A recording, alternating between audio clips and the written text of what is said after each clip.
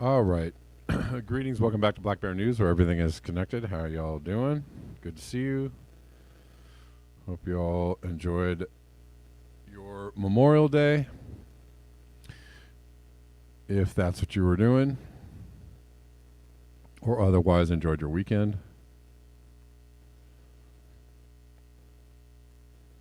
But greetings to everybody. Thanks for hanging out with me today and every day on the internets to find out what's happening. We're live on Callin, on YouTube, and on Rockfin. And some extreme weather events to cover. Some flooding going on. Some high temperatures going on. From Go Green, the media get into a frenzy hysteria against minor disruption caused by Just Stop Oil. And yet utter climate devastation barely gets a mention. And the billionaires fueling this devastation by fueling global warming are treated like gods.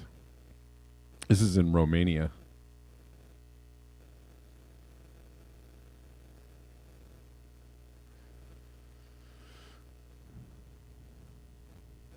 And some major flooding going on there.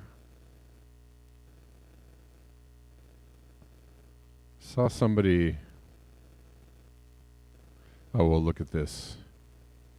In Spain, still, the rain does not fall gently on the plain in Spain. Rain bombs are coming for every city.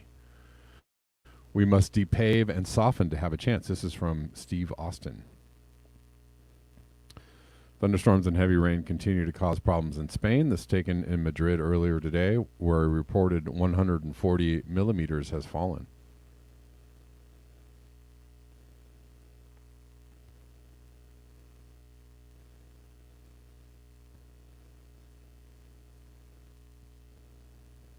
So that's happening. We have wildfires in Nova Scotia. Now, ain't Nova Scotia in the north? Like really far north where it's supposed to be cold? Like real cold. Except for like a couple of days out of the year when they get summer. They have wildfires in Nova Scotia.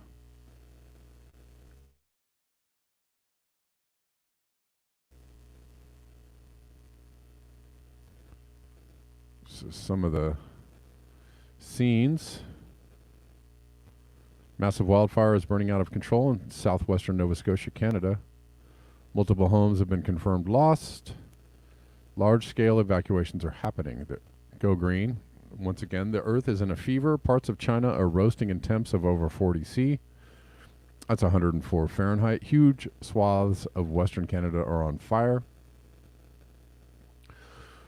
And now Eastern Canada with a strong El Nino later in the year. Earth will experience high temps and climate carnage on a level not seen before in human history.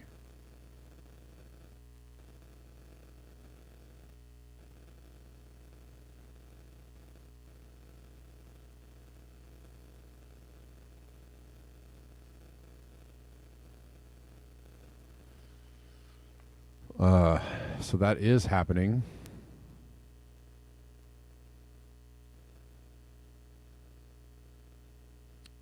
More from this from Poppy Davis.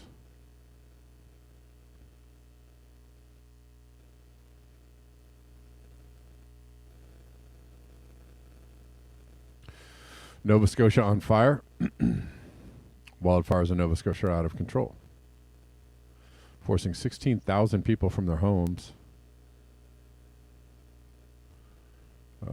Raging wildfires that have burned through thousands of acres have forced more than 16,000 Canadians to evacuate their homes and triggered a burn ban in Nova Scotia as the region experiences record-breaking heat. Officials say the fires, which span a total of more than 25,000 acres and have been deemed out of control by officials, have destroyed multiple buildings and caused huge plumes of smoke to tower over the region. As of Monday, more than 16,000 people were forced to evacuate the area around Halifax, Nova Scotia's largest city. The number of people who have been forced from their homes is about 16,000 and counting. Authorities said about 400 people have been evacuated from Shelburne County in southwest Nova Scotia. The blazes have damaged at least 200 homes or structures, the Halifax municipality said in a Facebook post, citing first responders' initial visual inspections. Wow.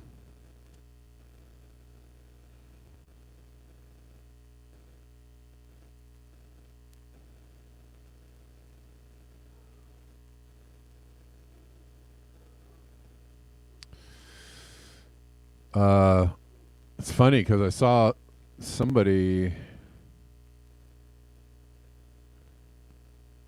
Oh, where was it? I don't know. Oh, let's go back here. Hold on.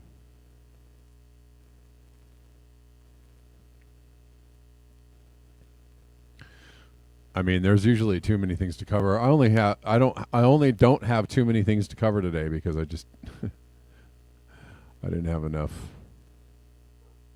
time to get the 30 stories or so I wanted to cover. But where was it? I have something here.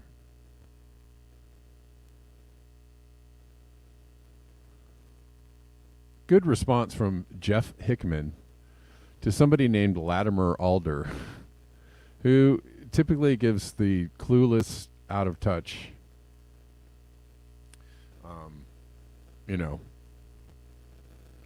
theoretical idea of why climate change isn't happening, but ignoring all the very obvious evidence to the contrary.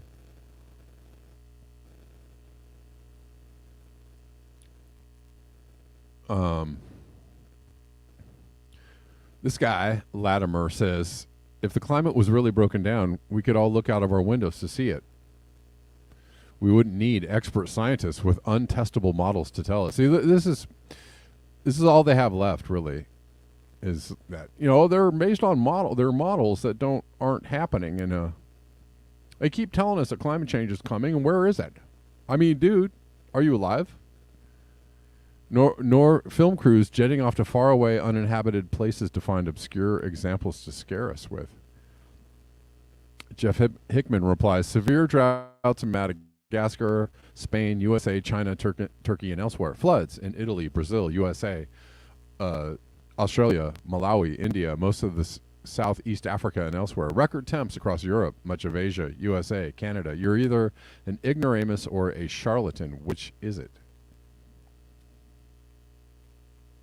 I rather like that response.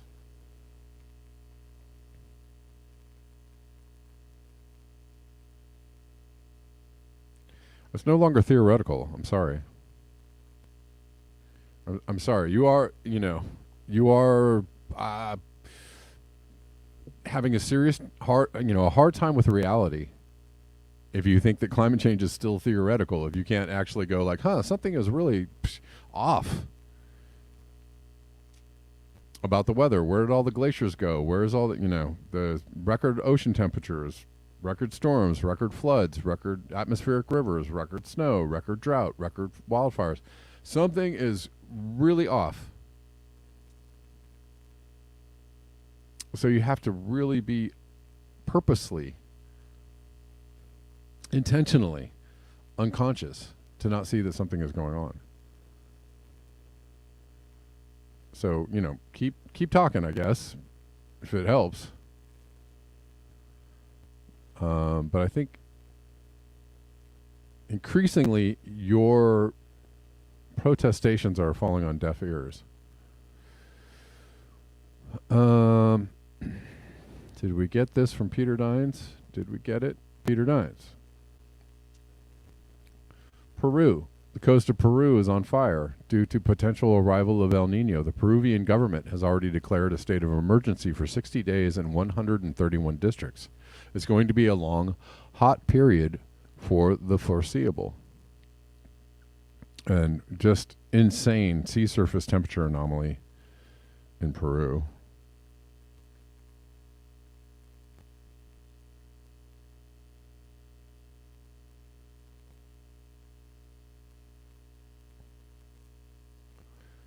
And let's see.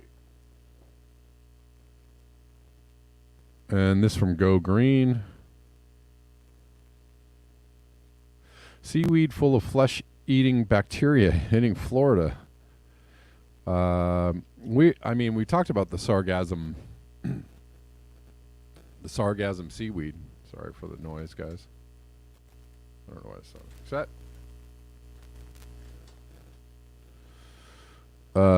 Sargassum seaweed and its accompanying floating plastic can become inundated with a species of Vibrio bacteria, creating a perfect pathogen storm. Seaweed full of flesh-eating bacteria hitting Florida. That is, it's fairly wild sounding, isn't it? The massive blob of seaweed creeping across the Atlantic Ocean towards Florida may contain deadly flesh-eating bacteria. Well, may is a pretty big word, right? Well, let's read a little more about this. The 5,000-wide clump of seaweed is made up of sargassum seaweed, which is ballooned massively to form the Great Atlantic Sargassum Belt. A study from Florida Atlantic University published in the journal Water Research found that the sargassum and its accompanying floating plastic can become inundated with a species of Vibrio bacteria. Beached sargassum seaweed is home to high levels of the bacteria, and that bacteria can readily cling to the surface of marine plastic debris, which accumulates in large volumes within the mass of seaweed. Vibrio bacteria, notably the Vibrio vulnificus species, or vulnificus, can lead to the brutal infections and even necrotizing fasciitis, leading to the bacteria being nicknamed flesh-eating. Vibrio can infect via eating contaminated seafood or through an open wound on someone's flesh, usually from seawater. According to the Centers for Disease Control and Prevention, infected wounds may become necrotic, with the flesh itself dying and rotting.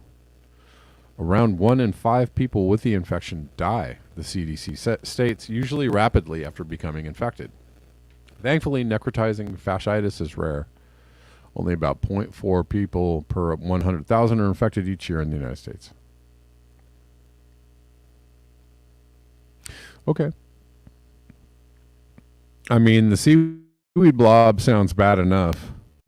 I don't know if this is a little bit of a clickbaity title to tell people that they're going to get flesh-eating bacteria from this seaweed. I mean, it doesn't seem like it's a huge threat. Maybe something to think about and be careful of.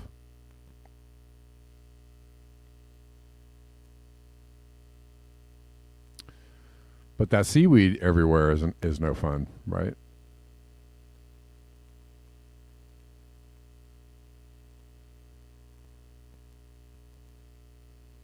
Anyways. Again, though, with the advent of stranger weather or stranger, more extreme extremes, more extreme, I guess, temperatures, weather, etc.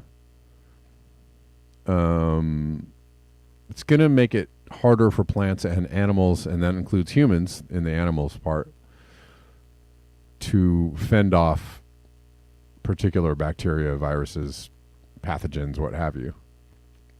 I mean, it just is. Our relationship to, how our bodies react to said pathogens is going to change and be altered due to a different climate, different temperatures, and that goes for insects and that goes for plants. That's pretty basic logic are pretty basic science. All right, let's read this article from Norman Paget.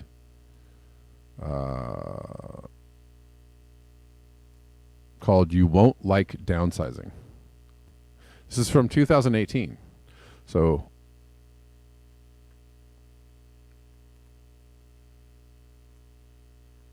a couple of years ago, but what he has to say, pretty right on. Actually, very right on. I've already read this article this morning. Obviously, the title caught my eye. So let's check it out. We are about to enter a period of permanent decline. Be sure you know what that will mean.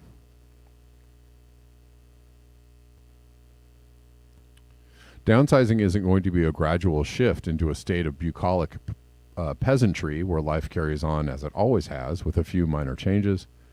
The slightest slowdown of our current economy by just a few percentage points brings an immediate chaos of unemployment and global destabilization. Transport. In the face of imminent global chaos, whether through climate change, overpopulation, or energy depletion, vast amounts of money are being poured into development of alternative methods of transportation. Elon Musk, though producing a first-class electric car, proposes it to be a vehicle for the post-oil age. The basic reality is ignored that no road vehicle, in the context of modern usage, can function without an infrastructure that is itself a construct of hydrocarbon, as is the car. But the electric car adds to the socioeconomic complexity of our overstressed life support system. It does not simplify it. Yet our focus on such dead ends as the electric car shows that humankind does not have the means to rid itself of dependence on the wheel. While the electric car might appear to be a bright, shiny symbol of continuing wealth and prosperity, it is in fact a block of embodied energy, as subject to the laws of thermodynamics as any other construction. Sounds like something Joseph might say. No industrialized nation can maintain its road transport system without the constant input of oil. Man, is that true? And nobody really thinks about those things. And that's probably why the fossil fuel industry is not going away anytime soon. Or it's not going away without a very savage fight. Healthcare.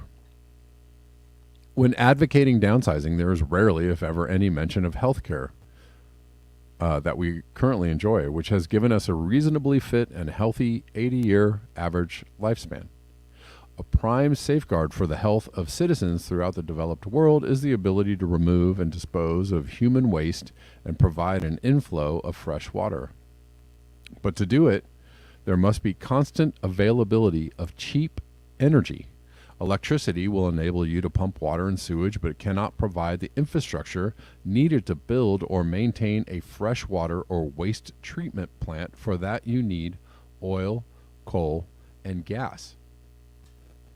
Modern domestic plumbing systems are now made largely of plastic, which is manufactured exclusively from oil feedstock, while concrete main sewer pipes are produced using processes that are equally energy intensive.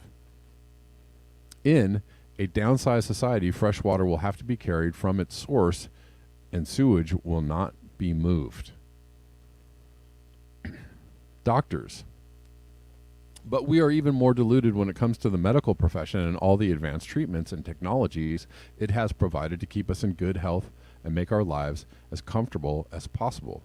While downsizing, a somewhat bizarre concept in itself, might affect other aspects of our lives, it is not supposed to apply to doctors, medical staff, hospitals, and the vast power-hungry pharmaceutical factories and supply chains that give them round-the-clock backup.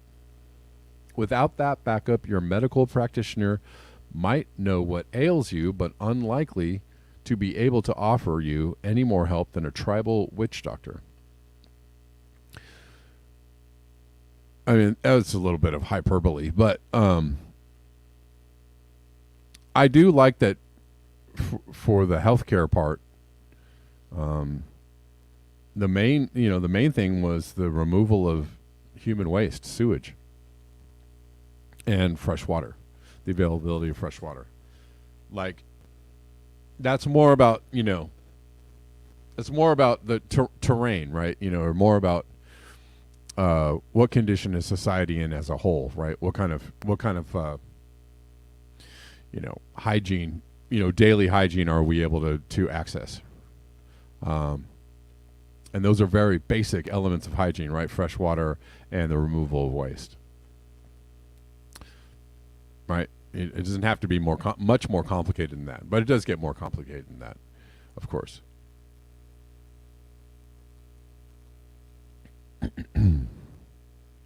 Anyways, let's keep going. Like our forebears, we will also have the means to make it otherwise. Since the introduction of modern drugs and the availability of products that can kill bacteria, we have set out to do just that. Bacteria have had a bad press, but they keep us alive, if only to serve their own ends. Man, some great points in here. In our haste to kill off or control almost every microscopic form of life, as well as larger species, we have forgotten that bacteria have been around in one form or another for about 2 billion years and possess a collective survival capacity that is far in advance of ours. Yeah, I mean, and I'll have to say, like, that, we live in a world that is alive, right? And all of the things in the world that are alive contribute, to a healthy, diverse biosphere. Everything: bacteria, fungi, insects. But we live in a world where everybody, people are so divorced from the natural world, right? That they run around saying dumb stuff like, I'm a germaphobe. Or, just stupid stuff like that. I'm a germaphobe. Or I hate insects, the people that are like, oh my God, I can't, insects and spiders or the outdoors, how I can't deal with it. Okay, the outdoors is where you live, actually. When you're not, even though you might be indoors, the outdoors is where we all live. And if you don't make friends with the outdoors, or at least have some kind of basic understanding of the outdoors, I don't know, you're not wholly alive, I don't think, and you're not really understanding of what it is to be alive. You're only understanding it through the modern industrial civilizational understanding of human beings who have been trying to divorce themselves from nature for a long time, right? To get away from it, the big bad ugly nature.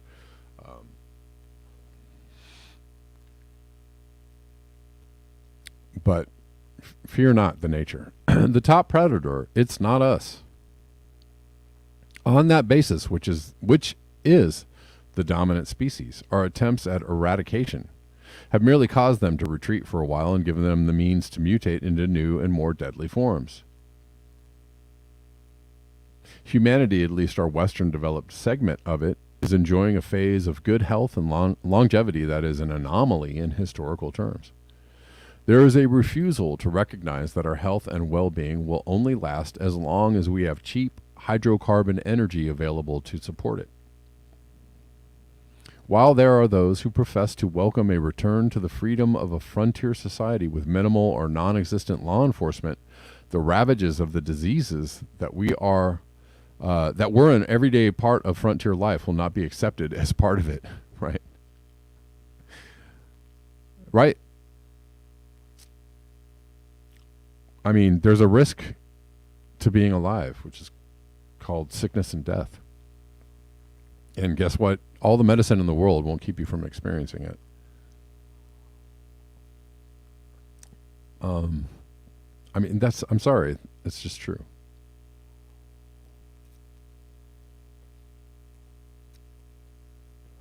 So better to manage it realistically than to eradicate it altogether. But I think that really is the goal of humans, or quite a few humans, is to eradicate all sickness and death. I mean, you want to eradicate the things that make you sick, and if you can do that, that would be great. But you're not going to get rid of them all. I mean, and what are the big things that make us sick in this modern world? as the products that we all use every day, right? The technologies, the chemicals, the fertilizers, the GMO foods, the weed killers, the things that are part of our modern life, keeping us quote unquote healthy, are the things that are making us sick.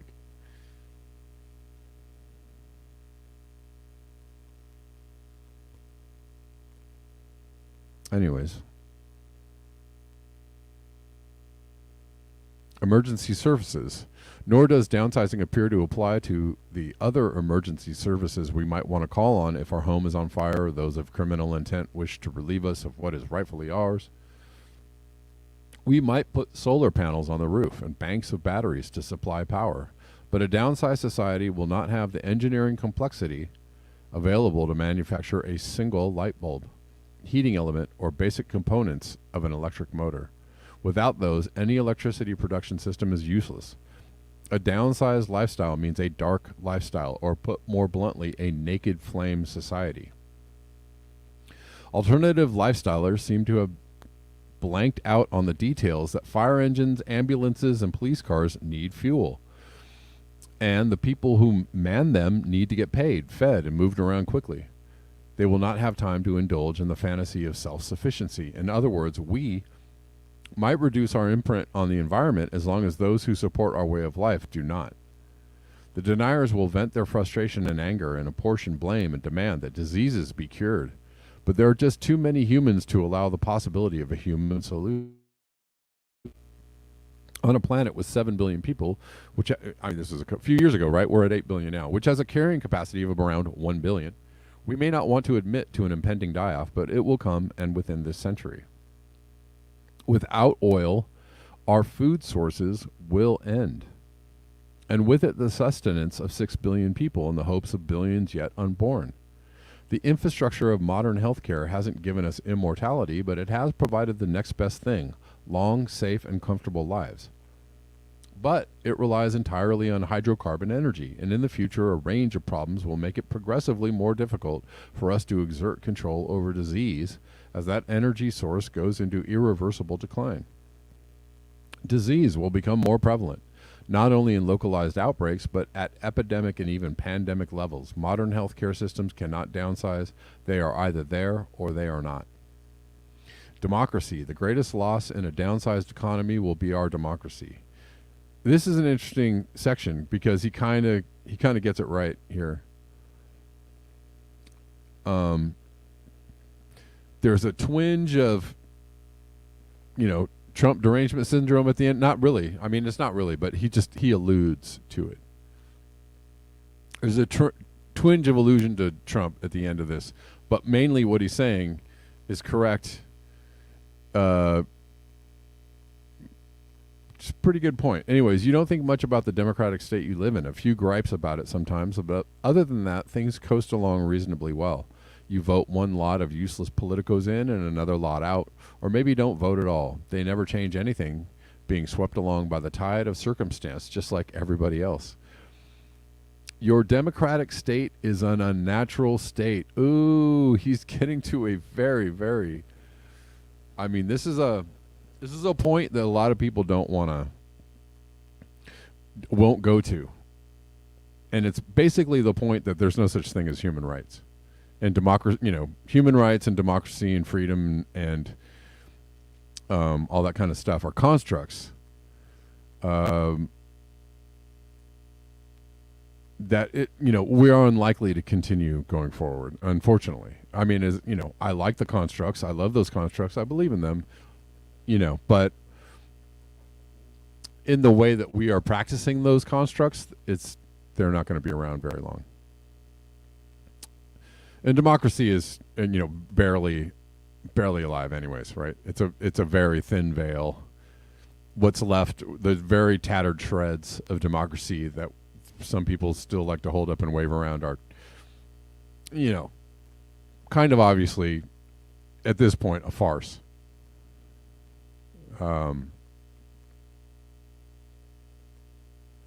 Let's read more. Through almost all of recorded history, mankind has lived under autocratic rule to a greater or lesser degree, always enforced by the threat of violence, either on a personal or collective level. In the sense that we know it, democracy has been selectively planted only during the last 2 centuries, with universal suffrage appearing in different places at different times. But it is not, in any sense, taken root. It is a fragile concept that we are going to lose as our environment alters and degrades with climate change and energy depletion. Before the Industrial Revolution, the concept of democracy and human rights did not exist. I feel like I need to read that again. The concept of a democracy and human rights did not exist. It may seem immediately obvious that our democratic state is dependent on surplus energy, but it is. I mean, it's a pretty good point. I don't know, I think that democracy can exist without the excess energy, but it's a very interesting point. And his point about human rights not existing, or the concept of it not really existing until a few hundred years ago, is true. It's true.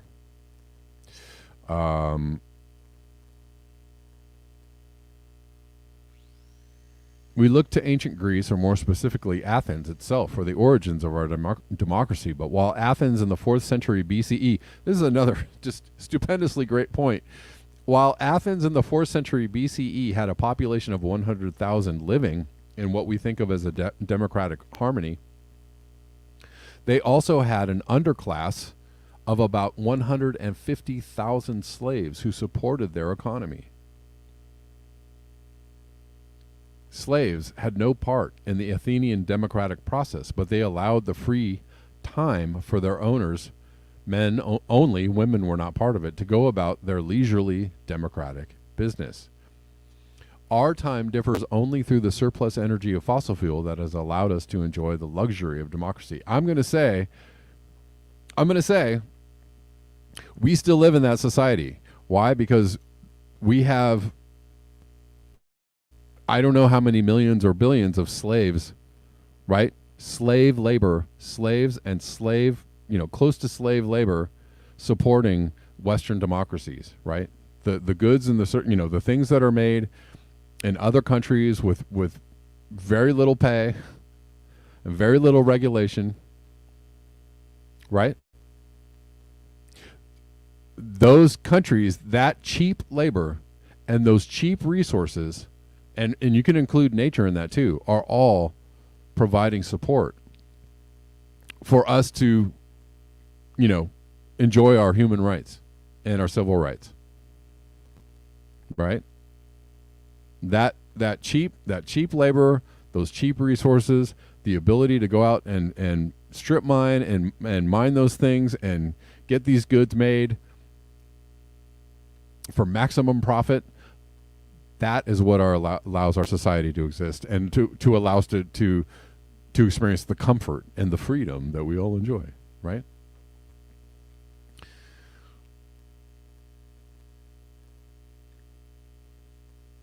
So, I don't know. He's saying that it's fossil fuels that allow us to have that freedom. Oh, yes, but fossil fuels and the same almost slave-like class supporting us. Because there's a slavery footprint as well. There's a slavery footprint in a lot of the things that you use and buy and eat.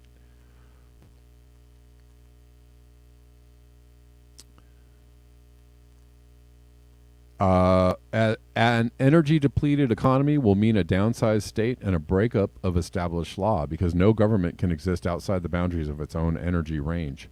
In that situation, you can have no control over your position within your future state or nation and the way in which you will be governed.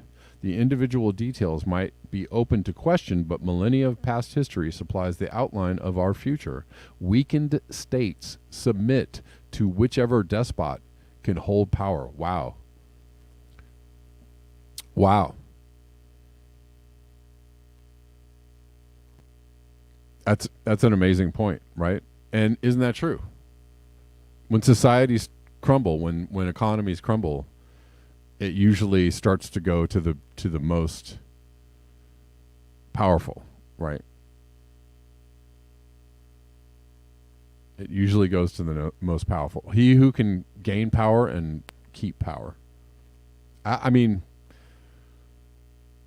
I don't know. Find me an example where that hasn't happened, because I feel like it's happened in most empires and or civilizations. Okay. We will not only have a downsized economy, we will have autocratic rule by someone who has seized the opportunity of weakness and used it for his own ends. It doesn't stretch the imagination too far to see that happening right now. Well, maybe so. He didn't actually say anything about Trump, and maybe he was alluding to Trump, but actually you could say he just was. I mean, look at what the WEF is doing. Look at what nations around the world are doing. Even under the Macron and Trudeau and Biden, even under the supposed veneer of democracy, they're all doing the fascist. They're all doing the fascist, all of them.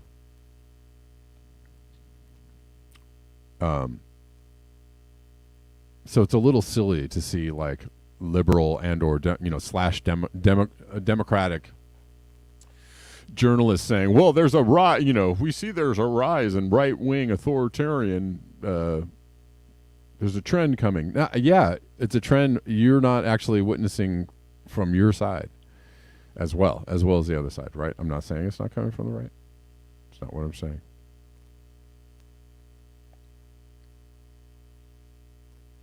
Anyways, I thought that was a pretty good article. I hope you all enjoyed that. Oh, the sound on Colin quit? I'm sorry. Hold on. Let me restart it. Sorry about that. Thanks for letting me know, Osama. I wasn't... Shoot. Did you all know that Colin got... Okay.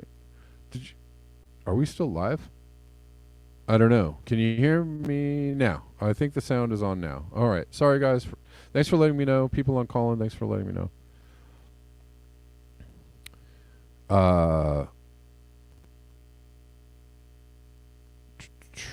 What was I saying?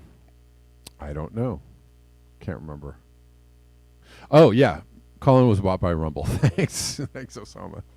Colin was bought by Rumble. So I don't know what that means. Who knows?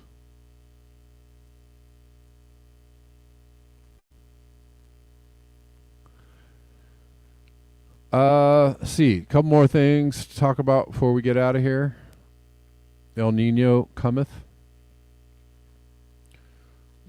Poppy sent me this. Oh, let's see. El Nino cometh. This is from David Spratt. Expect chaos, says Dr. Jennifer Francis. We've talked about Dr. Jennifer Francis is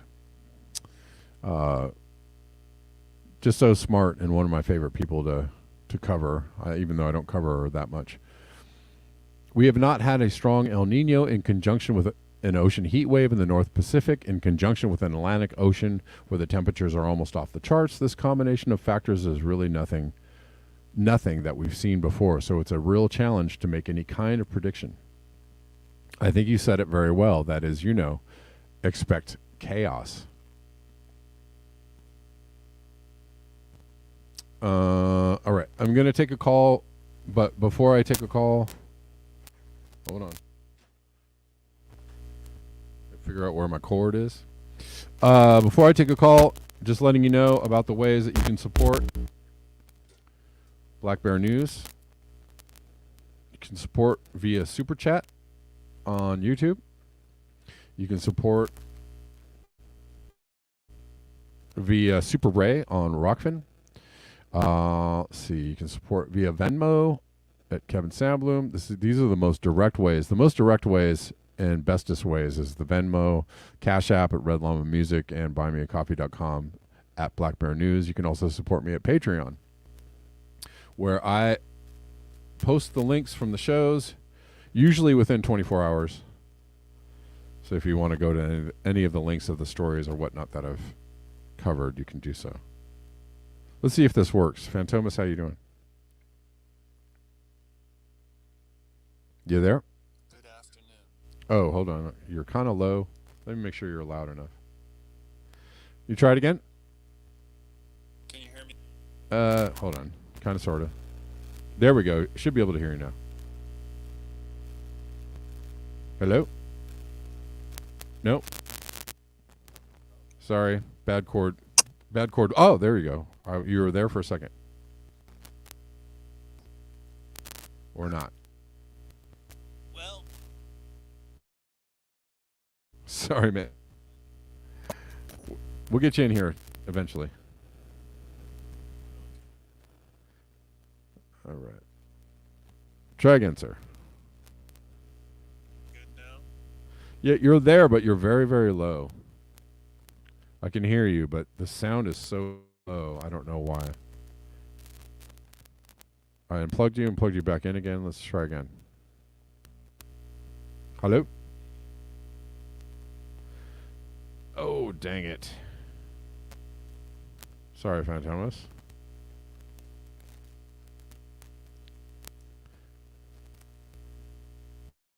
One more time. Let's give it one more shot. You there? Man, I can't hear you. You're very low. Yes. There we go. There we go. Hold on. There we go. I got you. You're there.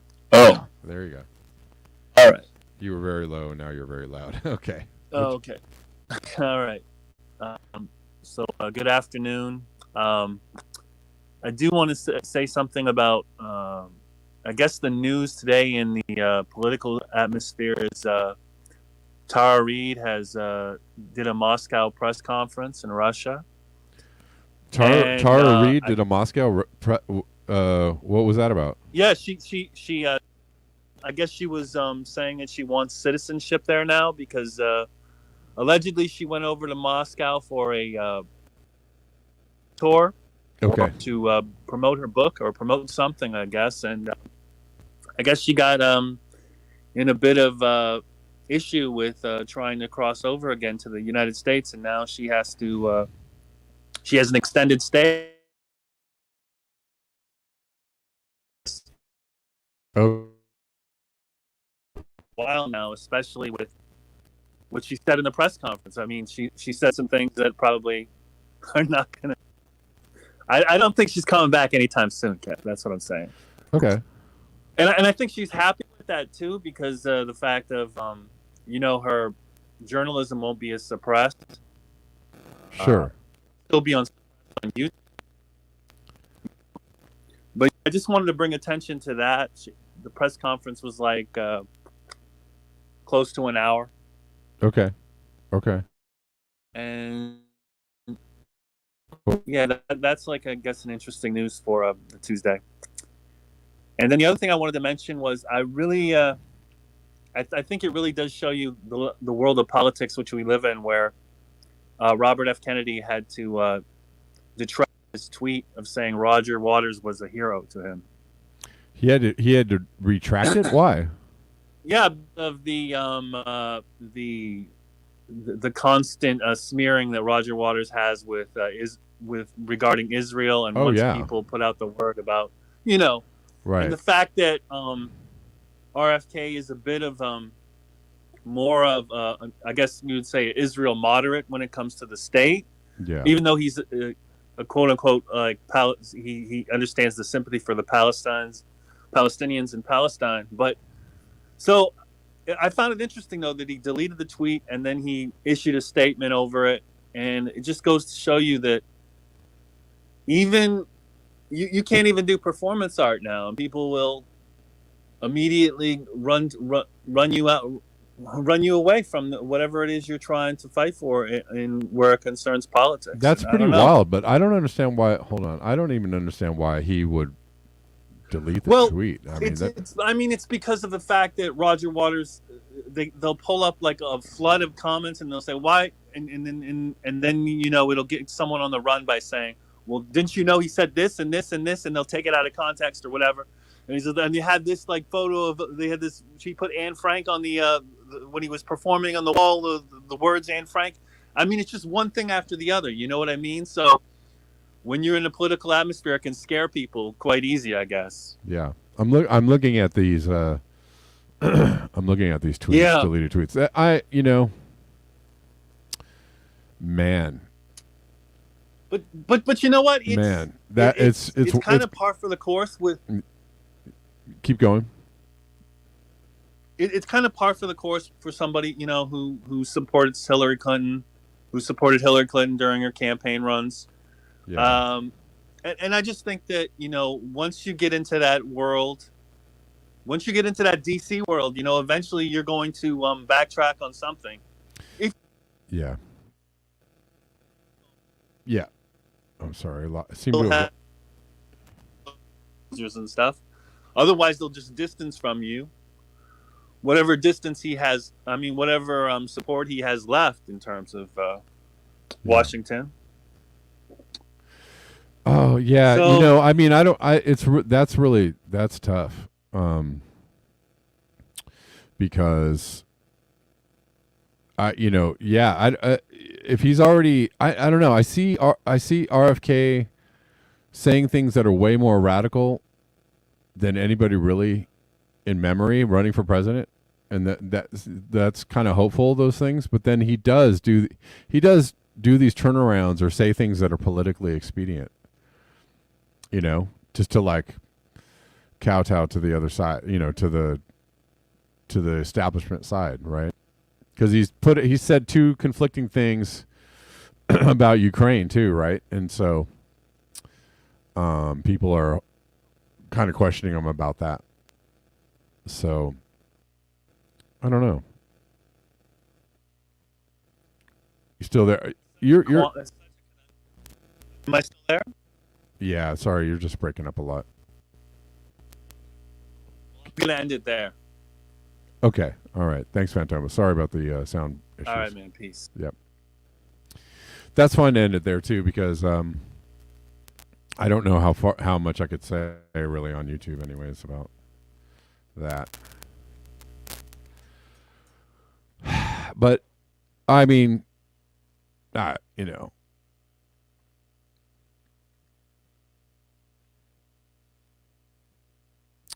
yeah, I'm looking at this.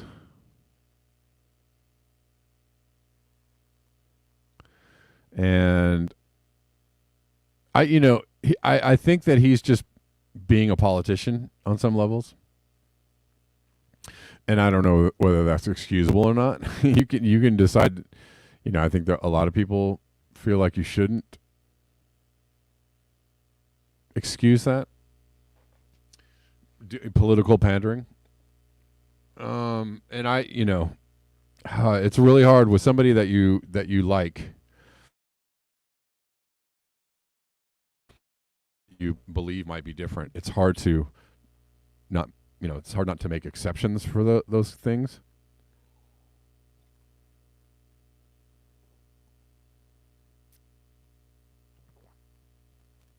Anyways, but that's concerning when somebody does something like that.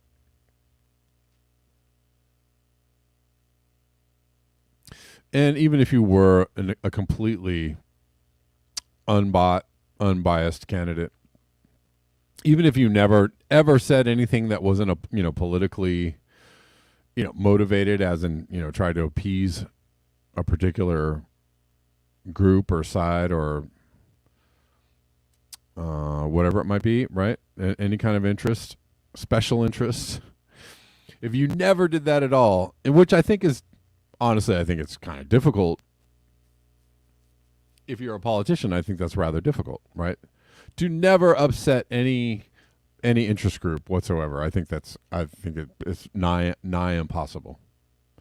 That's not necessarily me, making an excuse for that. But I think you're never gonna, you're never gonna please everybody all the time. And we live in a world where it's just you can pick apart even the highest minded, most altruistic ever person that ever lived. You could pick them apart somehow, right? You could find some way to turn them into a Nazi easily, or a dupe or a shill or something. I don't think there's any way to avoid stuff like that. But doing something like that is concerning. This is also very concerning, and I don't know if I'll leave. Maybe I'll end with this, but you keep seeing articles like this about people that are really deep in the AI world are saying that it's very risky. It could be the end of humanity. Like, why? I mean, okay, yeah, sure, I could see AI being dangerous in the wrong hands, or dangerous for humanity, and if it leads us down a dark road, sure. I I don't disbelieve that or discount that. But it also seems on some levels like this could be, like this is seeding, I don't know, some kind of narrative or some kind of dissension. I'm not really sure what this is about. AI, well, maybe it's about this, urging global cooperation. Maybe it's about turning the fears, like anything else, turning the fears around AI into more ways to control, AI, to control you, right? Like the fears around social media, and there's, there's a lot of people just saying stuff, and it's dangerous stuff out there, and we gotta clamp down on this because safety, and we gotta keep people safe from bad ideas, right? What they mean is all this, and maybe this is the point of all these things is like, well, we don't want AI to really help people. Honestly, we don't really want it to help people, so we're gonna have to, before it even rolls out there, we're gonna have to put a whole bunch of barricades and blinders on it, and a bunch of what we call safeguards, but basically to keep people from actually using AI for their own, to enhance their lives or make their lives better or do cool things with it. No, we can't have that. What we got to have is like total top-down control, urging some kind of global AI digital manifesto or something. You know what I'm saying.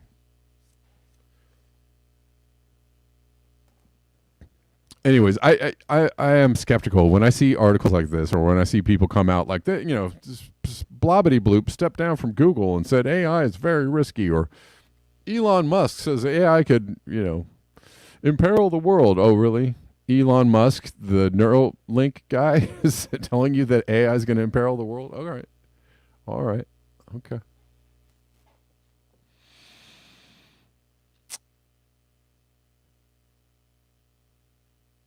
Anyways, we'll just look at this quickly. AI is as risky as pandemics and nuclear war, top CEOs say, urging global cooperation. The CEOs of the world's leading artificial intelligence companies, along with hundreds of other AI scientists and experts, made their most unified statement yet about the existential risks to humanity posed by the technology in a short open letter released Tuesday. Mitigating the risk of extinction from AI should be a global priority alongside, I don't know, can you unplug the computer that the AI is in? Think you can. Just boop. In a short open letter released Tuesday, mitigating the risk of extinction from AI should be a global priority. Anyways. Alongside the other societal scale risks such as pandemics and nuclear war, the letter, released by California-based nonprofit the Center for AI Safety, says in its entirety. The CEOs of what are widely seen as the three most cutting-edge AI labs, Sam Altman of OpenAI, Demis Hassabis of DeepMind, and Dario Amodei of Anthropic, are all signatories to the letter. So is Jeffrey Hinton, a man widely acknowledged to be the godfather of AI, who made headlines last month when he stepped down from his position at Google and warned of the risks AI posed to humanity. Again, is there a power strip or something? Is there a fuse box? I don't know.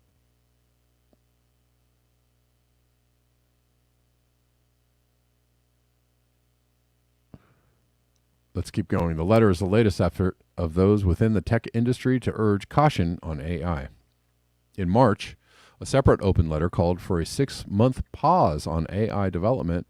The letter was signed by prominent tech industry figures, including Elon Musk, but it lacked sign-on from the most powerful people at the top of AI companies. It drew criticism for presenting a solution that many said was implausible. Well, that's implausible. Today's letter is different because many of its top signatories occupy powerful positions within the C-suite, research and policy teams at AI labs and the big tech companies that pay their bills. Kevin Scott, the CTO of Microsoft, and James Manieka, a vice president at Google, are also signatories to the letter. Microsoft is OpenAI's biggest investor, and Google is the parent company of DeepMind. Widely revered figures on the technical side of AI, including Ilya Sutskever, OpenAI's chief scientist, and Joshua Bengio, winner of the Association for Computing Machinery's Turing Award, are also signatories. I mean, and you could also take this at face value. I mean, maybe all these people are very, very concerned. Maybe they have all seen something, and they want to back away from the abyss. I don't know. The letter comes as global governments and multilateral organizations are waking up to the urgency of somehow regulating artificial intelligence. There you go. Leaders of G7 nations will meet this week for their first meeting to discuss setting global technical standards to put guardrails on AI development. There you go. I mean, probably should be guardrails, but who's going to honor the guardrails? Who's going to honor the certainly it won't be the governments of the world or the militaries of the world or the DARPAs of the world or the intelligence agency. They won't honor any guardrails around AI. Nobody's going to honor those. Who's going to police the police? They want to make sure there's guardrails for you and me. I'm positive that's where this is going or why this is being said. That's my initial hunch anyways. But the European Union's AI Act, which is currently under scrutiny by lawmakers, will likely set similar standards for the technology, but is unlikely to fully come into force until at least 2025. Altman, the CEO of OpenAI, has publicly called for global AI regulations, but has also pushed back at the EU's proposals for what such regulations should look like. AI experts, journalists, policymakers, and the public are increasingly discussing a broad spectrum of important and urgent risks from AI.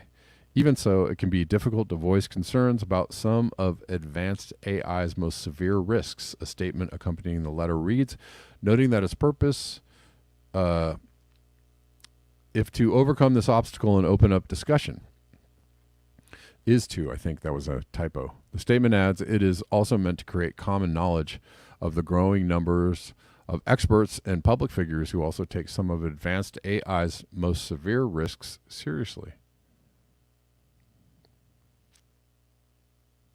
Let me see. What are the risks? Can somebody tell us? Somebody tell us what the risks are? Let's see. They get down to the risks at the very end of the article. So there you go. Some criticism of the March letter calling for a 6-month pause came from progressives in the artificial intelligence community who argued that talk of an apocalyptic future distracted from harms that AI companies perpetrate in the present. Dan Hendricks, the Center for AI Safety's director, wrote on Twitter that both near-term and long-term risks are in the scope of the latest letter published on Tuesday. There are many important and urgent risks from AI, not just the risk of extinction. I mean, extinction meaning what? The robots are going to take over the world? Kind of? They're going to run the show? I don't know.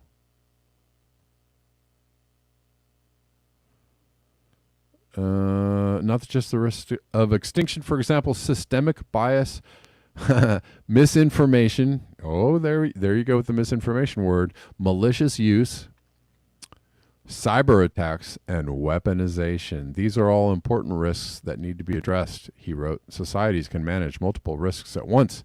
It's not either or, but yes and. From a risk management perspective, just as it would be reckless to exclusively prioritize present harms, it would also be reckless to ignore them as well. Yeah, I mean, mostly what I got from that is you have to regulate it so people can't really break out of the box, huh? All right, guys. I appreciate you. Thanks for hanging out with me today and every day. Rockfinners, you are the tops. Thanks for hanging out with me on Rockfin. I see y'all. I see ya. And thanks for people on Callin. Had a good crowd on all platforms today. Callin, Rockfin, and YouTube. Good amount of folks tuning in. Thanks for hanging out, guys. I'll see you tomorrow at the regular time of 12 p.m. Pacific Daylight Time. Thank you for your eyes, your ears, and your conscience. I will, we'll catch up again later. Thanks and peace.